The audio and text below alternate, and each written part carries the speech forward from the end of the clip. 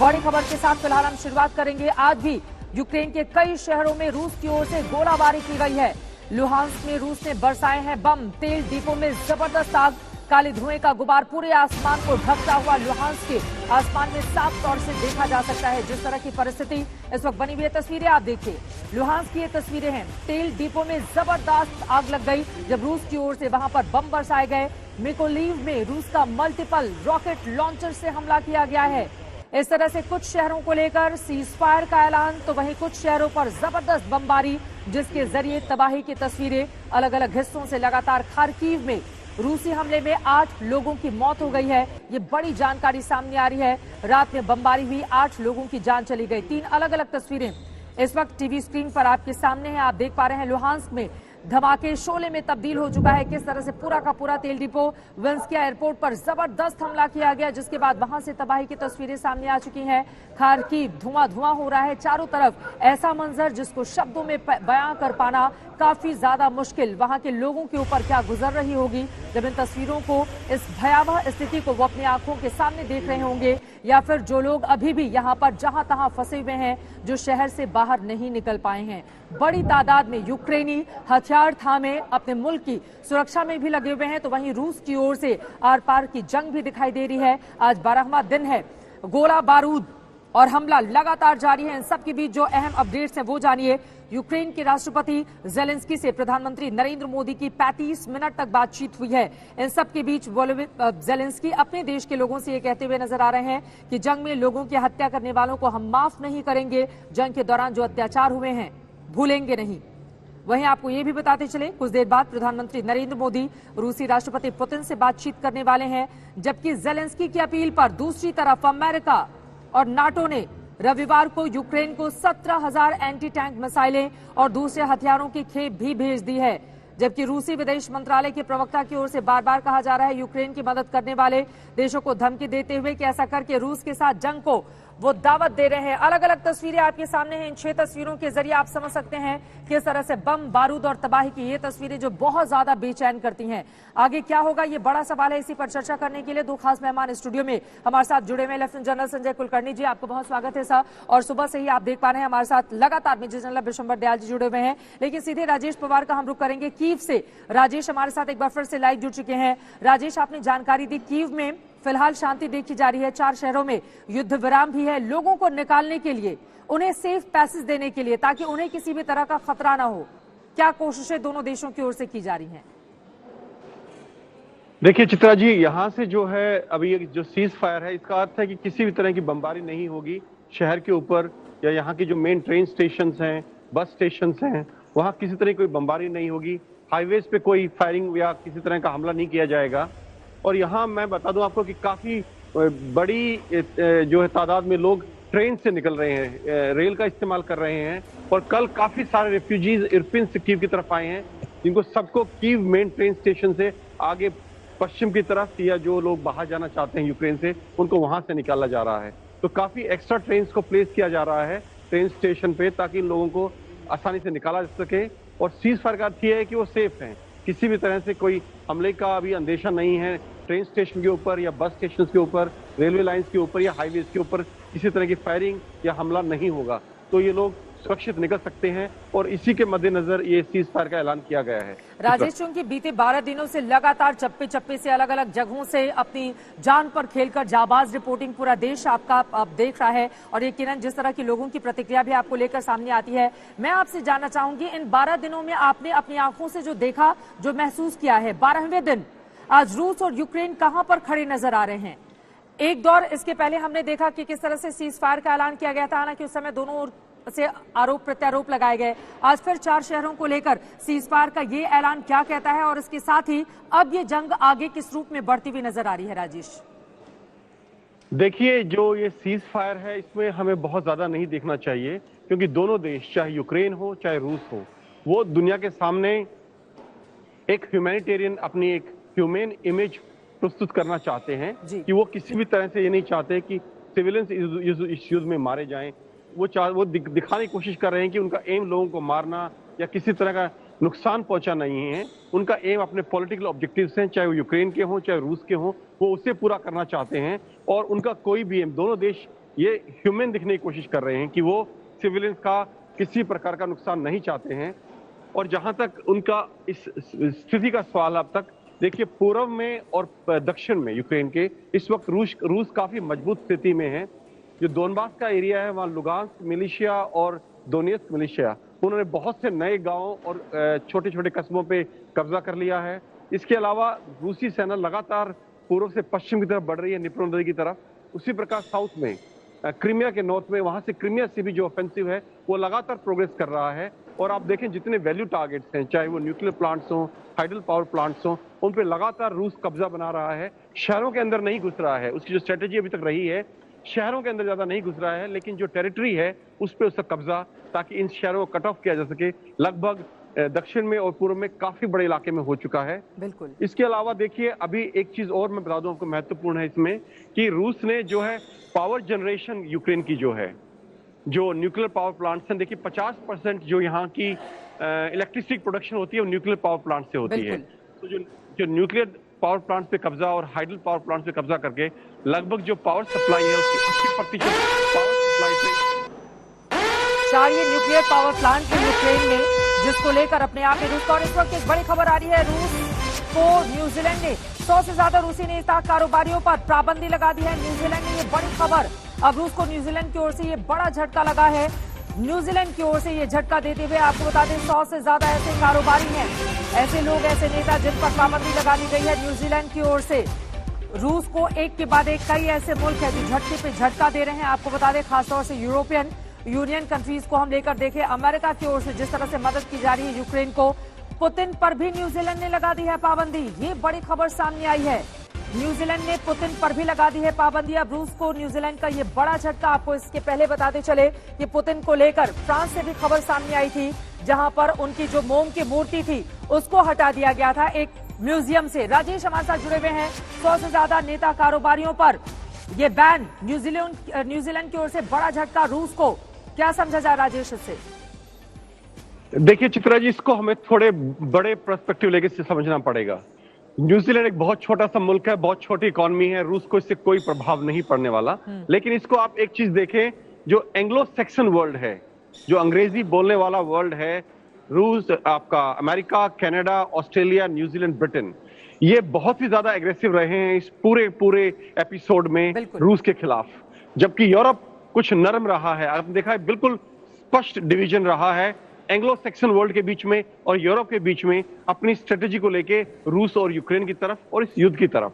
Anglo section world बहुत ज्यादा aggressive रहा है, specially British prime minister Johnson बहुत ज्यादा एग्रेसिव, और उनका in fact I would say he was rude इन, जो इंटरनेशनल डिप्लोमेसी में ऐसे शब्दों का इस्तेमाल नहीं किया जाता जो उन्होंने किया है। सिमिलरली जो अमेरिका है वो बहुत एग्रेसिव रहा है रूस की तरफ, और ऑस्ट्रेलिया, न्यूजीलैंड, कनाडा, ये एंग्लो सेक्सन वर्ल्ड के एक हिस्से हैं। ये वही करते हैं जो अमेरिका करता है। ये आज तक पिछले 100, 150, 200 सालों में कभी भी अमेरिका के बरखिलाफ, उसकी पॉलिसी के खिलाफ नहीं गए हैं। इनकी अपनी कोई independent foreign policy as such नहीं रही है। आप देखें ऑस्ट्रेलिया के प्रेसिडेंट ने भी प्राइम मिनिस्टर मोदी से बात की है, और उन्होंने भी, मेरा पूरा विश्वास है, यही कोशिश की होगी किसी तरह इंडिया इस एंग्लो सेक्सन जो ड्राइव है रूस को घेरने की, उसको ज्वाइन कर ले और रूस को और घेरा जा सके, दबाव ज्यादा बनाया जा सके, ऐसा मेरा मानना है। ये अहम जानकारी आप दे रहे हैं। तो खास मेहमान भी हमारे साथ जुड़े हुए हैं, चूंकि आपकी कीव में मौजूदगी है। दोनों ही मेहमान आपसे सवाल पूछना चाहते हैं। पहले जनरल दयाल, आपकी क्या सवाल है राजेश से? देखिए राजेश, मेरा सवाल इतना सा है कि जब पूरी की पूरी वेस्ट से किसी किस्म की कोई रिस्ट्रिक्शन नहीं है एड आने की, मतलब सिविल एड आने की, राशन आने की, पेट्रोल आने की, किसी किस्म की, पूरे रेलवे, पूरा सिस्टम फंक्शन कर रहा है। ये सिस्टम कहां तक फंक्शन कर रहा है? पोल्टोवा तक फंक्शन कर रहा है, निप्रो तक फंक्शन कर रहा है, क्योंकि कीव तक तो पूरा फंक्शन कर रहा है। ईस्ट में कहां तक ये फंक्शन कर रहा है पूरा जो ये सिस्टम है? क्योंकि उस पर काफी निर्भर करेगा कि आगे जो ईस्ट, जिसकी जहां की आप बात करें, पूर्व की जो बात किए जा रहे हैं हम सब, उसमें कब तक मनोबल बना रहेगा जो यूक्रेनियन पब्लिक है। राजेश, देखिए अभी आपको एक चीज मैं बता दूं, जो फोकस रहा है मीडिया का, चाहे वो इंटरनेशनल मीडिया हो या इंडियन मीडिया हो, वो बड़े शहरों पर रहा है, और सही रहा है, क्योंकि वहां पॉपुलेशन सेंटर्स हैं, पॉपुलेशन ज्यादा है, लोग ज्यादा हताहत हुए हैं। लेकिन जो छोटे एरियाज हैं, गांव हैं, कस्बे हैं, वहां इतना ज्यादा फोकस ना इंटरनेशनल मीडिया गया है ना इंडियन मीडिया गया है। और उसका कारण ये भी है कि वहां तक एक्सेस नहीं है, वहां तक पहुंच पाना, वहां की खबर पता कर पाना बहुत मुश्किल है अपने आप में, तो ये जायज है। लेकिन वहां लड़ाई लगातार चल रही है और उन एरियाज में रेजिस्टेंस जो है यूक्रेन आर्मी का वो काफी वीक रहा है। और यही कारण है कि चाहे वो दोनेत्स्क और लुगांस्क मिलिशिया हो, चाहे रेगुलर रशियन आर्मी हो, वो लगातार अपना एडवांस कर पाए हैं। और उन्होंने ये स्ट्रेटेजी रही है कि शहरों में ना घुसें वो, और लगातार टेरिटरी को कब्जा करते रहें और वैल्यू टारगेट्स के ऊपर कब्जा करते रहें। जहां तक सप्लाईज का सवाल है, पश्चिमी यूक्रेन में इस वक्त कोई कमी नहीं है किसी चीज की। सप्लाईज नॉर्मली आ रही हैं, यूरोप से कनेक्टेड है, कीव में भी आ रही हैं, निप्रो में भी आ रही हैं। लेकिन जो एरिया साउंड हो गए, जैसे मरियापोल है, ज़पोरिज़िया है, ओडेसा है, इनमें मैं मानता हूं कि कुछ हद तक सप्लाई नहीं पहुंच पा रही है यूक्रेनियन साइड से। हो सकता है रशियंस वहां अपनी तरफ से सप्लाई कर रहे हो ताकि पॉपुलेशन को अपनी जरूरत की चीजें मिल सके। जी चित्रा जी। ठीक है, कीव से आपने कुछ तस्वीरें राजेश भेजी, अपने दर्शकों को दिखा दें, उसके बाद जलन कुलकर्णी के भी आपके लिए सवाल है। लेकिन उसके पहले क्या से क्या हो गया है यूक्रेन इन तस्वीरों के जरिए आप समझिए। आप देखिए, युद्ध से पहले जो टीवी टावर था, ये तस्वीर आपको कीव के दिखा रहे हैं, वो पहले कैसा था और बाद में रूसी हमले के बाद पूरी तरह से उसको तबाह कर दिया गया है। ये कीव की तस्वीरें आपको दिखा रहे हैं, युद्ध के पहले की स्थिति और युद्ध के बाद की स्थिति देखिए। इस वक्त एक जीता जागता शहर, उसके क्या हालात हो गए हैं तस्वीरों के जरिए आप देख सकते हैं। कीव में पहले की स्थिति और उसके बाद में तबाही की स्थिति। ये कीव की दूसरी तस्वीर इस वक्त टीवी स्क्रीन पर आप देख पा रहे हैं। पहले और किस तरह से बड़ी बड़ी इमारतों को धराशायी कर दिया गया, मलबे में तब्दील हो चुका है पूरा का पूरा हिस्सा। इन तस्वीरों के जरिए आप समझ सकते हैं कि कितना ज्यादा नुकसान कीव को पहुंचा है, जो राजधानी है। 30 लाख से ज्यादा की आबादी वाली ये राजधानी। ये दूसरी तस्वीर आपको दिखा रहे हैं, ये तीसरी खार्किव की तस्वीर है।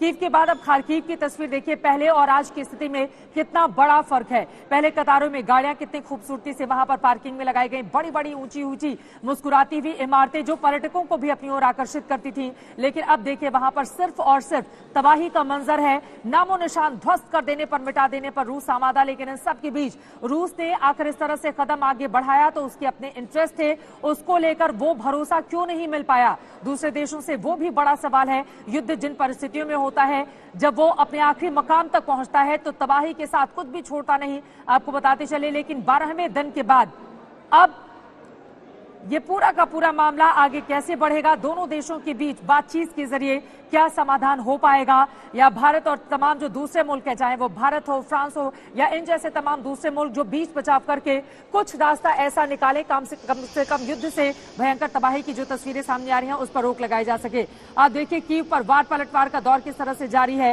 अलग अलग हिस्सों के जरिए, इन तस्वीरों के जरिए आप समझिए कि इस वक्त स्थिति क्या बनी हुई है। न सिर्फ यूक्रेन के कीव की राजधानी की, बल्कि खार्किव की बात करें, दूसरे तमाम एरियाज की बात करें, हर जगह से तबाही का मंजर सामने आ रहा है जो अपने आप में बेहद बेचैन करता हुआ। इन सब के बीच दावे अपनी अपनी जगह किए जा रहे हैं। ये देखिए, कीव पर वार किलेबंदी में जुटा हुआ यूक्रेन, भारी बमबारी हुई है, एयरपोर्ट उड़ा दिया गया है, धुआं यूक्रेन का कई अहम हिस्सा, चप्पे चप्पे पर बैरिकेडिंग की गई है। रूसी फाइटर जेट तबाह करने का दावा यूक्रेन की ओर से किया जा रहा है। रूसी टुकड़ी हमने तबाह कर दी है, ये कहा है यूक्रेन ने। सड़कों पर यूक्रेनी सैनिक डटे हुए हैं, रात भर वहीं बम बरसते हुए नजर आए।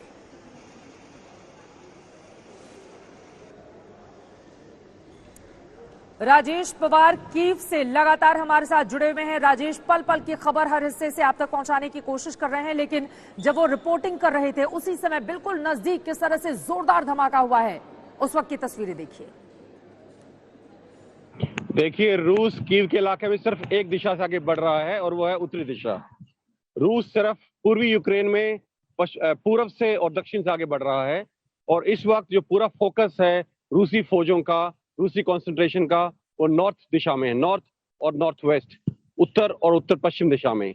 इस वक्त घमासान जारी है इरपिन में, जहां पूरी तरह से लड़ाई चल रही है इस वक्त।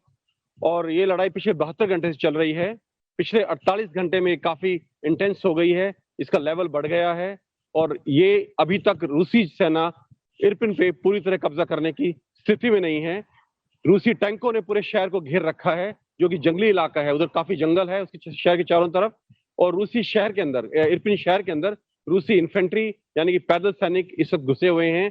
और वहां एक अर्बन वॉरफेयर चल रहा है जो कि बहुत इन्फेंट्री के लिए बहुत घातक होता है और उसमें प्रोग्रेस बहुत स्लो होती है।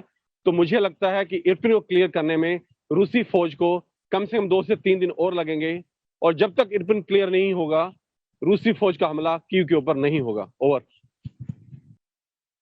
आपको बताते चले कि राजेश एक वक्त में जब रिपोर्टिंग कर रहे थे उस समय जोरदार धमाका भी हुआ, वो तस्वीरें भी आप तक पहुंचाएंगे, लेकिन इस वक्त एक बड़ी खबर सामने आ रही है। सीधे इस खबर का हम रुख करते हैं। आपको बताते चले आज 12वां दिन है इस युद्ध का। यूक्रेन पर रूस के हमले को लेकर चीन का बहुत बड़ा बयान सामने आया है।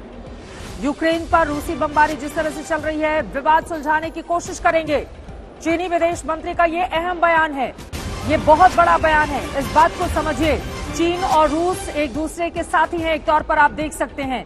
यकीनन दोनों देश जिस तरह से आगे बढ़ते हैं, हिंदुस्तान भी उसमें बैलेंस बनाए रखने की कोशिश करता है ताकि चीन ज्यादा करीब रूस के नहीं आ जाए। हालांकि हर मुश्किल वक्त में रूस ने हिंदुस्तान का साथ दिया, लेकिन अब यूक्रेन पर रूस के हमले को लेकर चीन का ये बड़ा बयान।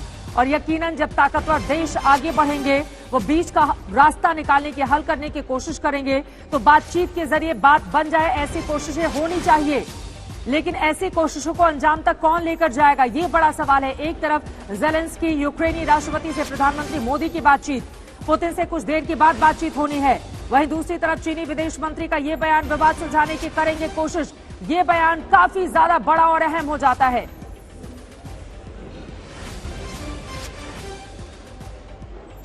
मेजर जनरल संजय कुलकर्णी हमारे साथ जुड़े हुए, एक भी टिप्पणी उनकी हो नहीं पाई है, मैं फौरन आऊंगी आपके पास, लेकिन उसकी पहले श्वेता की एक रिपोर्ट दिखाते हैं। बंकर में मौजूद जो सैनिक है उनसे श्वेता ने बातचीत की। वो लोग अपने देश की तरफ से किस तरह से मोर्चेबंदी संभाले हुए हैं, रूस के हर हमले का मुंहतोड़ जवाब देने की कोशिश यूक्रेन की ओर से की जा रही है, इस रिपोर्ट में देखिए।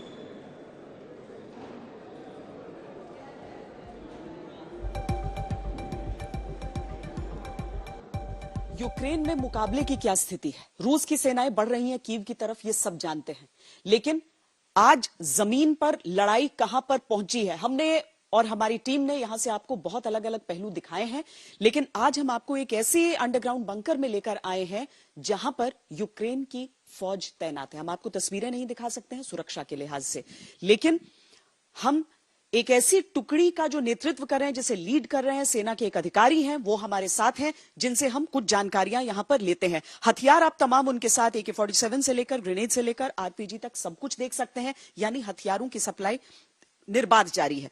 लेकिन अगर हम ये समझना चाहें उनसे कि कीव के इतने नजदीक अब रूस की सेना है, इस समय क्या चल रहा है, इस समय कैसी? Они спрашивают, вот сейчас возле Киева очень много войны, которые из России. Как вы думаете, как вы чувствуете, какие наши планы ваши? Наші плани, всі впевнені в собі, що ми переможемо, і російські солдати тут не будуть бігати. І ми не дозволимо їм руйнувати наше життя, убивати наших дітей, убивати наших жінок. कह रहे कि जो रशियन लोग हैं यहाँ पर, वो आना चाहते हैं, हम उनको आने नहीं देंगे। जीत हम फौज को नहीं आने देंगे, जीत हमारी ही होगी।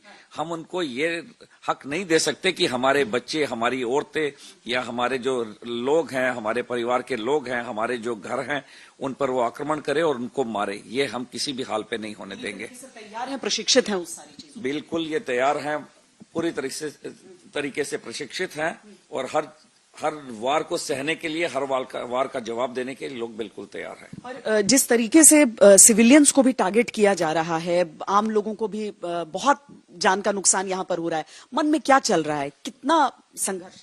Они простой народу тоже убивают. Сейчас не только войны, они, женщины всех убивают. Как вы чувствуете, как душа, как сердце это вас чувствует? Ми хочемо скоріше спинити це, що зараз відбувається. Нам ця війна не потрібна, їм ця війна не потрібна. Але вони руйнують наше життя і вбивають наших дітей, жінок. Виганяють, якщо стоять російські солдати. पूरे जोश और जुनून के साथ यूक्रेनी सैनिक हिफाजत करते हुए अपने मुल्क का, लेकिन ये लड़ाई कितनी लंबी खिंचेगी, यूक्रेन कब तक रूस को रोक पाएगा, ये अपने आप में बड़ा सवाल है। बड़ी खबर लेते हुए फौरन मैं आपके पास आऊंगी जनरल कुलकर्णी। बड़ी खबर इस वक्त की सामने आ रही है, थोड़ी देर में पुतिन से प्रधानमंत्री नरेंद्र मोदी की बातचीत होगी और यकीनन रूसी राष्ट्रपति के साथ उनके जिस तरह के दोस्ताना संबंध है, उम्मीद यही कि बातचीत के जरिए कुछ ठोस दिशा में, क्योंकि हिंदुस्तान का रोल भी काफी ज्यादा अहम है। दुनिया का सबसे बड़ा लोकतंत्र है भारत और यकीनन रूस के साथ उसके जिस तरह के संबंध रहे हैं, अब हिंदुस्तान जब जब मुश्किलों में रहा है, एक अच्छे दोस्त की तरह रूस ने हमेशा मदद की है और यकीनन आज के दौर में ये जरूरी हो जाता है कि जब दो मुल्कों के बीच युद्ध की स्थिति हो तो बीच का रास्ता निकालने के लिए हिंदुस्तान भी अपनी भूमिका को और आगे लेकर जाए। इसी सवाल के साथ जनरल कुलकर्णी, मैं सीधे आपके पास आ पाऊंगी, एक भी टिप्पणी आपकी नहीं हो पाई थी। अभी जो स्थिति दिखाई दे रही है 12वें दिन यूक्रेन की, उस पर आप क्या सोच रहे हैं, आपका क्या टेक है?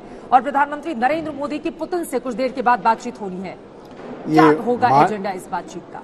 ये जो मानवीय कदम उठाया है ये सराहनीय है, इसमें कोई शक नहीं है। और जिस प्रकार से प्रधानमंत्री ने जेलेंस्की से बात की, अब पुतिन से बात करेंगे, और जिस प्रकार से इजरायल बात कर रहा है, फ्रांस बात कर रहा है, इस सब का असर पड़ता है। आपने देखा कि चीन भी अब बातचीत करने के लिए राजी है, और बात करने से, जैसे आपने खुद कहा, बात करेंगे कोई ना कोई एक चारा निकलेगा। जब तक बात नहीं करेंगे तब तक इस तरह के अमानवीय कदम उठाए जाएंगे।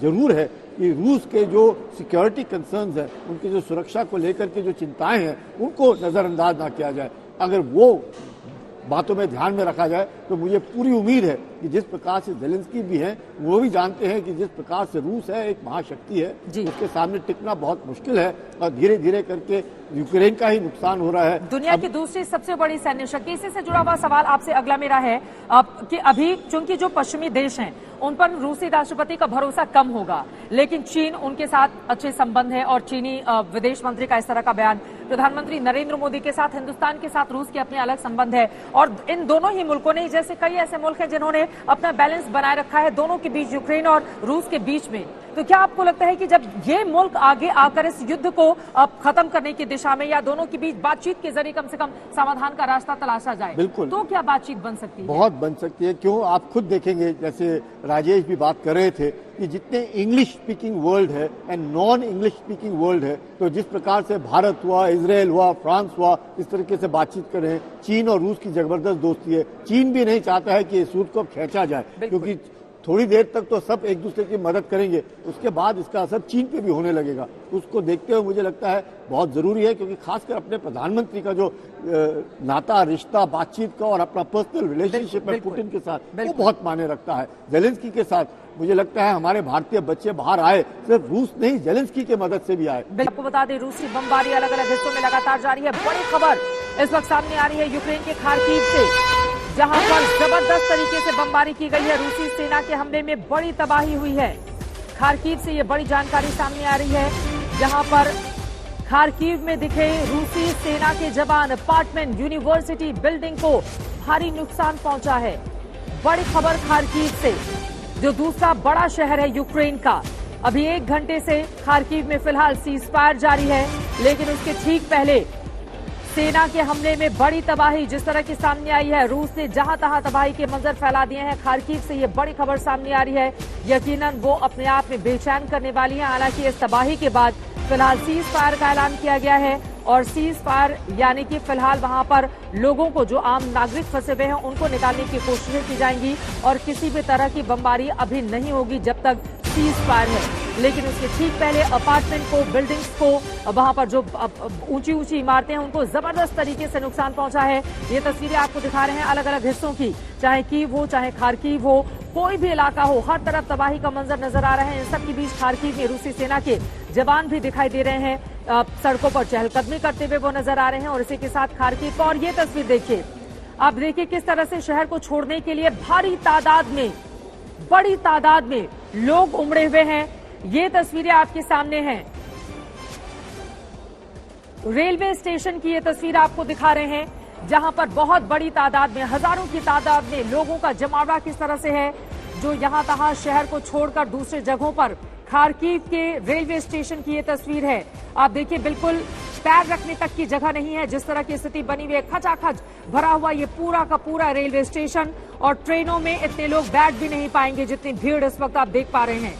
बड़ी तादाद में खार्किव में रूसी सेना के जवान दिखाई दे रहे हैं, तो वहीं दूसरी तरफ आपको बताते चले, रेलवे स्टेशन पर बड़ी तादाद में लोगों का जमावड़ा है। गौरव सावंत इस वक्त हमारे साथ जुड़ चुके हैं। गौरव, तस्वीरों में हम देख पा रहे हैं रेलवे स्टेशन, हजारों की तादाद में वहां पर यूक्रेन के लोग।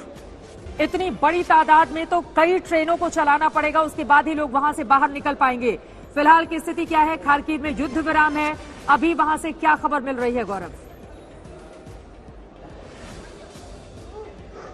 जैसे ही रूस ने युद्ध विराम का ऐलान किया उसके बाद यूक्रेन की सेना उसके लिए तैयार थी और यूक्रेन की सेना भी अब यही प्रयास कर रही है दोनों तरफ से कि international red cross society committee वो उसकी निगरानी में लोग सुरक्षित इस युद्ध के मैदान से निकल सके। ये केवल नॉन कॉम्बैटेंट्स के लिए है, सिविलियंस के लिए है, लेकिन यूक्रेन के नागरिक जो 18 से 50 वर्ष की आयु के बीच है उनके लिए युद्ध विराम नहीं है वहां से निकलने के लिए। लेकिन जिस संख्या में लोग आपको दिख रहे हैं जो खार्किव से निकलना चाहते हैं वो पिछले 10 दिनों से फंसे हुए थे और बहुत डेस्परेटली इस समय निकलने का प्रयास खार्किव से कर रहे हैं ये लोग। कई ट्रेनें चलाई जाने की उम्मीद है अगले करीब 12 घंटों में जब तक इन लोगों को सुरक्षित निकाला जाएगा। अगर मैं आपको चित्रा भारतीय बच्चों के बारे में बताऊं जो सूमी में फंसे हैं वहां पर बसे कई, पोल्टोवा एक यहाँ पर शहर है, पोल्टोवा में भारतीय दूतावास ने बसों का प्रबंध किया है जो उनको सुरक्षित पोल्टोवा से सूमी और सूमी से बच्चों को लेते हुए किसी सुरक्षित स्थान पर जाने का प्रयास करेंगे। संभवतः उनकी कोशिश ये रहेगी अगर वहां पर आईसीआरसी बेलगोरोड रूस का बॉर्डर बोलेगी तो वहां जाएंगे, कीव बोलेगी तो कीव आएंगे और फिर यहां से उन्हें सुरक्षित निकाला जाएगा। ये लगभग 400 से 700 के बीच अलग अलग जगहों पर ये संख्या बताई जा रही है सूमी और आसपास जिन लोगों को सुरक्षित निकालने की समय आवश्यकता है। चित्रा, इसके साथ ही गौरव आपसे ये भी जानना चाहेंगे, अब से कुछ देर के बाद प्रधानमंत्री नरेंद्र मोदी की रूसी राष्ट्रपति पुतिन से बातचीत होने वाली है। इस बातचीत का एजेंडा क्या हो सकता है, किस तरह की उम्मीद की जाए? गौरव, पहली उम्मीद तो ये थी कि सीज फायर हो। सीज फायर की दो बहुत बड़े फायदे होते हैं। एक, अगर भारत की ही दृष्टि से देखें तो भारत अपने नागरिकों को, अपने बच्चों को वहां से निकालना चाहता है, लेकिन एक बड़ी उम्मीद जो राष्ट्रपति ज़ेलेंस्की और यूक्रेन से लगातार की जा रही है कि रूस के राष्ट्रपति व्लादिमीर पुतिन भारत के प्रधानमंत्री नरेंद्र मोदी की बात सुनते हैं। वो भारत में जो यूक्रेन के राजदूत हैं वो कई बार इस बात को कह भी चुके हैं। उन्होंने ये कहा है कि अगर भारत हस्तक्षेप करे तो शांति बहाली की ओर आगे बढ़ा जा सकता है और शांति बहाली का प्रयास फ्रांस के राष्ट्रपति इमानुएल मैक्रोन से लेकर इजरायल के प्रधानमंत्री लगातार करते, नेफ्ताली बेनेट लगातार करते आ रहे हैं और उनके प्रयासों की बदौलत कुछ ये शांति हुई है जो फ्रांस के राष्ट्रपति ने पहल की। अब उम्मीद यही कि अगर प्रधानमंत्री नरेंद्र मोदी भी इसमें शामिल होते हैं तो इस सीज फायर को और लंबा किया जा सकेगा ताकि लोग अपने घरों में लौट सके। लाखों लोग इस समय विस्थापित हैं, लाखों लोग परेशान हैं, कई लोगों की जान जा चुकी है, बिजनेस को बहुत भारी नुकसान पहुंचा है। तो भारत निरंतर यही बात कर रहा है चित्रा कि अगर बातचीत के जरिए समस्या का समाधान निकले तो इससे सभी को लाभ होगा, क्योंकि इसका असर न केवल यूक्रेन और रूस में बल्कि पूरे विश्व पर पड़ रहा है।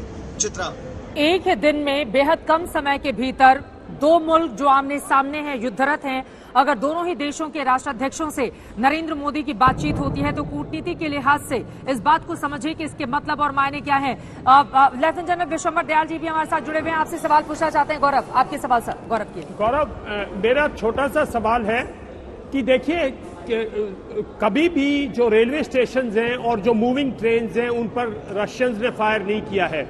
जब खार्किव पे इतनी जनता बाहर है तो क्या ये इनएफिशिएंसी है यूक्रेनियन रेलवेज की या उनके पास ट्रेन कम है? क्योंकि अगर इस तरह जनता खड़ी है, ट्रेन है, रेलवे लाइन ठीक है, रेलवे लाइन को कोई डैमेज, तो क्यों नहीं जल्दी निकाल पा रहे? ये क्या कारण है? क्या इनके पास ट्रेन की डेफिशिएंसी है? जो हमारी जितनी आज तक की टीम पिछले 20 दिनों से यहाँ पर यूक्रेन में है और यहाँ पर बहुत प्रयास कर रहा है यहाँ का प्रशासन और यहाँ का रेलवेज लोगों को निकालने के लिए। रेलवे के एक अधिकारी से जब रेलवे स्टेशन पर हम लोगों ने बात की थी तो उन्होंने कहा तो हम तो पैसे भी नहीं ले रहे हैं, जो यहाँ से निकलना चाहता है हम मुफ्त में उनको यहाँ से बॉर्डर एरियाज तक लेकर जा रहे हैं, कोई पैसा नहीं लिया जा रहा। लेकिन हाँ, एक बात जिसका कुछ जिसकी निंदा की जा रही थी वो ये थी कि यूक्रेनियन फर्स्ट पॉलिसी क्यों, लेकिन वो इस देश में यूक्रेनियन फर्स्ट पॉलिसी है और पहले आओ पहले पाओ वाली स्थिति है। जो जब पहुंच पाता है रेलवे स्टेशन, ट्रेन चल रही होती है तो वो वहां से निकल पाता है। ऐसा निरंतर हमने देखा भी है, ग्राउंड जीरो पर भी हम लोगों ने देखा है। पहली बात। दूसरी बात, भारी गोलाबारी के बीच लोग घरों से ही नहीं निकल पा रहे थे तो रेलवे स्टेशन कैसे पहुंचते? और इस पर भी हम यहाँ के नागरिकों से भी और रेलवे के अधिकारियों से भी और बातचीत करेंगे। लेकिन स्थिति यही है, अभी युद्ध विराम का ऐलान हुआ है।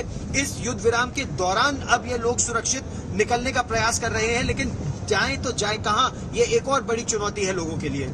ये अपने आप में बड़ी चुनौती है। हमारे साथ जनरल कुलकर्णी भी जुड़े हुए हैं। गौरव, आपके लिए उनका सवाल। गौरव, जिस तरीके से आप तस्वीरें दिखा रहे हैं और उन तस्वीरों में दिख रहा है कि कीव में जबरदस्त एंटी टैंक ऑब्स्टिकल्स लगा रखे हैं, और अब जब सीज फायर हुआ है, आपको लगता है कि अभी भी कीव से कोई जा सकता है, या कीव में रहने वाले अब लड़ने के लिए पूरे तैयार हैं? गौरव सर, कीव में जो रहने वाले लोग हैं, जितने अब रह गए हैं, वो तो निरंतर लड़ना ही चाहते हैं, लेकिन अभी और इन्फ्लक्स होगा कीव में। क्या कीव उस इन्फ्लक्स को और बड़ी संख्या में ये जो ट्रेनें आएंगी, और ये प्रश्न अभी हमारे साथ जो भारतीय निवासी हैं कुलदीप कुमार, जो पिछले करीब 26 वर्षों से यूक्रेन में ही रह रहे हैं और लगातार यहाँ पर सेना में, पुलिस में, प्रशासन में, नेताओं से संपर्क में है। क्या कीव, अभी देखिए हम जैसे एक पिकेट पर है समय, क्या अभी जो लोग आ रहे हैं खार्किव से निकल रहे हैं, कुलदीप जी, क्या वो यही कीव ही आएंगे? क्या वो लोग अभी? देखिए, लगता तो ऐसे ही है कीव ही आएंगे रास्ते से, लेकिन अब देखना ये है कि वो क्या वहां से जो कीव, कुछ लोग कीव आ रहे होंगे वहां से, कुछ लोग बॉर्डर पे जा रहे होंगे, लिवी वाली साइड के लिए भी ट्रेनें निकाली गई हैं वहां से, तो कंफर्म ये नहीं है, क्योंकि कीव भी आप ये सोचिए कि और 1-2 दिन, जैसे कि हमें सब लोग बता ही रहे हैं कि सेना पास में ही यहाँ पर, और कीव भी ज्यादा जल्दी मुझे लगता है कीव भी डिस्टर्ब हो जाएगा, तो लोग कीव की तरफ आना भी उतना उचित नहीं समझेंगे। मुझे लगता है लोग वेस्ट में जाएंगे, यहाँ पे कम लोग आएंगे कीव में, मुझे ये महसूस हो रहा है। खार्किव से उनको लेविव तक पहुंचने में कितना समय लगेगा? क्योंकि एक पूर्व का छोर है और दूसरा पश्चिम का छोर है यूक्रेन का। मेरे ख्याल से 10 घंटे में, लेकिन आजकल ट्रेन जो है लेट हो रही है, अक्सर 5 घंटे वाली ट्रेन 9 घंटे में पहुंच रही है, तो उनको 18 घंटे तक लग सकते हैं, जिस हिसाब से अभी हालात हैं। हालात इस तरह से है कि जैसे मेरे सहयोगी श्वेता सिंह और गीता मोहन भी बता रहे थे, लेविव से कीव आने में उनकी ट्रेन कई बार रुकी भी, डाइवर्ट भी हुई, उसको समस्याएं भी हुई, तो निकलने का लोग प्रयास कर रहे हैं। और जैसे जन दयाल और जन कुलकर्णी आप सही कह रहे हैं कि बिल्कुल यहाँ पर ट्रेन को इंटरडिक्ट किसी ने नहीं किया है, ना रूस ने, ना किसी और तरीके से, लेकिन इसका अंदेशा जरूर जाहिर किया जा रहा था। जब हम भी मारियोपोल से कीव आने की कोशिश कर रहे थे, तो ये कहा गया कि 2 जगह रास्ते में ट्रैक डिसरप्टेड था, और इसीलिए हम भी सड़क के रास्ते आए डेनेप्रो तक, और डेनेप्रो से फिर ट्रेन में बैठकर आए कीव तक। तो कुछ डिसरप्शन जरूर है, लेकिन अभी उम्मीद यही है कि लोग सुरक्षित इस सीजफायर के दौरान निकल पाएंगे। लेकिन एक ब्रेकिंग खबर आ रही है। साउथ कोरिया ने भी रूस को बड़ा झटका दिया है। एक के बाद एक कई देश रूस को झटका दे रहे हैं। रूस के सेंट्रल बैंक से लेन देन रोकेगा दक्षिण कोरिया, ये बड़ी जानकारी साउथ कोरिया से सामने आ रही है, जहां पर रूस को बड़ा झटका। इससे पहले न्यूजीलैंड से भी खबर सामने आई थी। आपको बता दें, रूस को न्यूजीलैंड ने भी बड़ा झटका दिया। साउथ कोरिया से भी उसके लिए अच्छी खबर नहीं है। 100 से ज्यादा रूसी नेता कारोबारियों पर बैन लगा दिया न्यूजीलैंड ने, जिसमें राष्ट्रपति पुतिन भी शामिल हैं। वहीं साउथ कोरिया की ओर से भी कदम आगे बढ़ाए गए हैं। रूस को झटका देते हुए सेंट्रल बैंक से लेन देन रोकेगा दक्षिण कोरिया। एक के बाद एक के बड़े झटके